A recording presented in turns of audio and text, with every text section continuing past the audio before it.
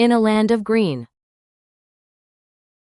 A grasshopper was taking a rest under the tree when he saw a group of ants carrying foods. Hibaho kamelat. Naay amigas nag-alsag bugat niingon siya kabugat ba ani. Niagto ang grasshopper sa amigas nga nagdalagbag at og nangutana kini nag-unsa mo. Buang ka?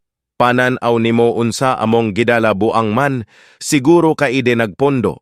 Og mga pagkaon para sa ting bugnaw na panahon. Bahala ka dira oy, pagandam na pod sa pagkaon nimo. O unya, sige muna nako bye-bye dong. Nibalik ole ang kigwa o nag-eat.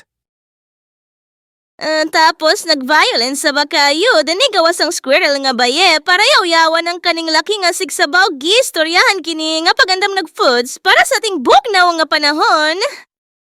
Nilakaw na kini og niingon nga, Och, lagi, mag-andam na ko pero wala kinigibuhat niya. Naabot na jud ang mga amigas sa ilang house og, ang grasshopper, wala pa jud nagandam? Sige rag pahuway.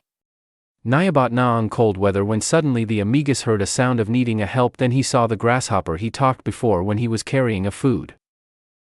Naked and man sa grasshopper ang yulo sa amigas maung niato saya dara og nisinggit, tabangi ko pasid la ko ninyo bugna ko. Ang amigas niyagto sa ilahang queen og niingon kini about sa sitwasyon sa grasshopper nga pasudlon sa house kay wala kini nagandam sa yahang foods. Naa na sa gawas ang mga amigas para maisulod ang grasshopper. Nakita nila kini og gial sa pasulod kay nahimatay sa kagutom og saka bagnaw sa panahon. Naana sa siya sa sulod gipahigda og nibalik na iyang life og gipa inom kini siya og tubig. She went to the friend who helped her get in and thanked her, and the friend in number 39's response was in quad. You in number 39, re-welcome bud.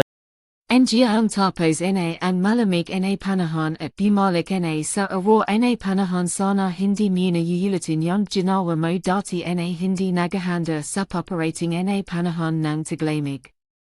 Saba dara oy marag buing lagi buhatan nanako na the end.